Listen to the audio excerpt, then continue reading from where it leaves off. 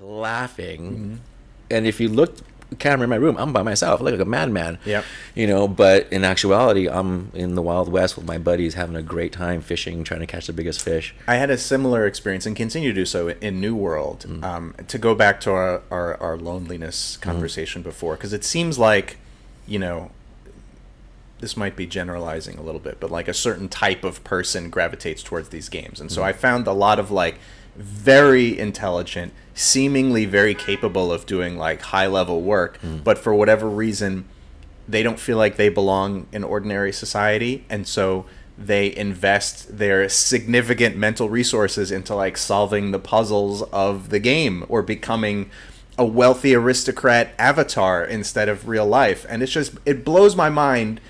I'm like, these people could be like the highest functioning tech workers, but for whatever reason, they've chose to opt out of normal society and only do it within the context of this fictional Renaissance world. I kind of identify with them. I do. I hang out with them, so like I do too. Because I was in the corporate world deep. I started off at 18 working for Pac Bell SBC, the phone company. I was a customer service rep on a fast track to be a manager, and I was like, this is not quite for me. I was having like a anxiety going to work and just dreading going to work, and I was like, I was sitting there drawing all the time at my desk, and people were like, this is what you should be doing. Like, you need to go to art school. I'm like, okay, so, I went to art school and I got involved in corporate America again with Disney, and making six figures is not all that is cracked up to be. It's like you start to realize. Well, it goes back to that time versus money investment, and like it's always the trade-off. And when you go too far one way or the other, then it starts to take its toll. And then when they're paying you, and then all of a sudden you realize that they could have been paying you more, and they really didn't value you, and you really didn't mean that much to them after all. You kind of throw your hands up, like, why do I bother? And then I also think there's an awakening going on right now when it comes to experiences over money. I think people just want quality experiences rather than money, and if you can get that in a video game, hanging out with your buds, then why not, and so I think also it's like for a lot of people who can't take adventures to New Zealand several times a year because it's cost prohibitive, the internet and soon to be the metaverse is going to be the only means of escape for people who live in a crappy apartment and in a neighborhood they don't want to go outside in. I check a lot of. I live in downtown LA, but also too, I'm disabled, and I was a former athlete who I used to love the feeling of running, just the wind and the cold hitting your nose the way it does when you sprint. It's something I cannot get nowadays because I'm not able to run. But with VR, it's opened up a whole new world of physicality for me that I haven't been able to have, where it's competitive. If I want to box, I can box somebody, and it's fun, and I can beat up a 12-year-old in New Zealand, and it's totally legal with Creed, and with No Man's Sky, talk about going to different planets. You go to different planets, and you're in literally infinite procedurally generated world where if you wanted to, you could spend every second for the rest of your life and see different things every time you play. Yes, it's a beautiful concept. I'm glad Hello Games stuck with it because, they just came out with yet another update. I think it's the 127th update overall.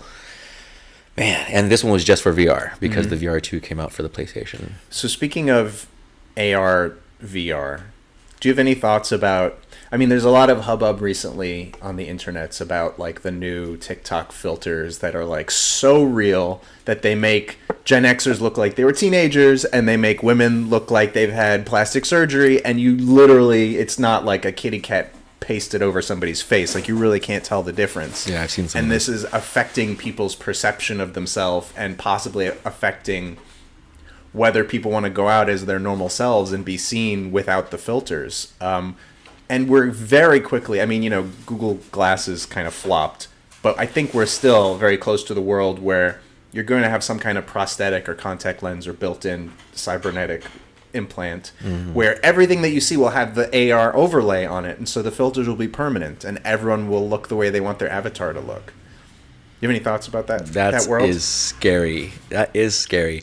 Which is why, like, when it comes to people who I date, I like to date a very natural looking person. Like, I don't like a lot of makeup on the people who I date. We agree on that. Yeah, so, you know, the whole filtered thing is just, ooh, that just seems like a terrible thing to happen.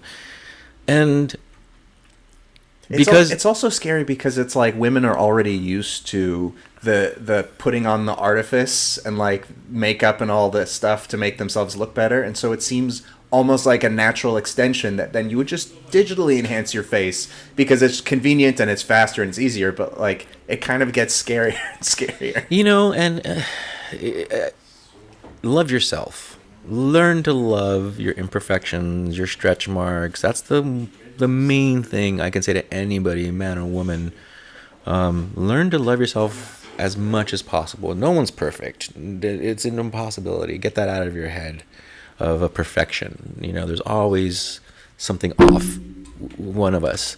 And, you know, the physical beauty isn't what matters. If it does fade, you know, all beauty fades in everything. And some people stay, you know, handsome their whole life, you know, and they're 90 years old, still looking good, you know, but that's not what matters. It's the inner beauty that matters. That's what's going to last a long time and keep you healthy and alive, is how beautiful are you on the inside. Well, once again, you've given a very healthy message to people who are dealing with this phenomenon. But, me as the dark cyberpunk pessimist, is like, are we, because, you know, we talked a lot about MMORPGs. I think they're kind of like a harbinger for what's going to happen to the rest of the world. Like, we're used to a world where we go in and we're avatars and I'm a half elven knight instead of dude who works for a financial newspaper during the day. Right. But is that phenomenon going to encompass everyone in like 10, 15 years from now? Well, there's a theory that, and then we're going to ancient alien stuff here. There's a theory that we will someday evolve to be nothing but avatars in an AI environment. You know, there's some theories that the aliens that are coming here are avatars. You know, they're being controlled by AI someplace, you know, aliens someplace far off. Oh, I think you found a new nexus of conversation for this. This is like AI and aliens. Yes. I think we're getting somewhere now. Yeah, so I think that it's a possibility in our future that we will be able to, I mean, I've actually spoken to somebody who worked in VR and biomechanics and said that we were very surely soon going to be able to upload a consciousness into an organic digital brain. I saw some very scary stuff recently. I believe it was some Korean researchers that were able to just look at brainwaves while the people that the brainwaves were being studied were looking at a particular picture, and the algorithm could just pull out of the brainwaves and pretty good approximation of what they were looking at. Like, it could redraw the picture without having seen it, just looking at the brainwaves. So that's how close we are to just plugging somebody's mind into something, and who knows, like broadcasting their memories on a screen somewhere or showing them a virtual world that is indistinguishable Or from uploading their personality. Yeah. You know, and all of a sudden, I think it was a Black Mirror episode where the AI personality that's existing in the cloud is so complete that they're able to talk to their loved ones still after they pass.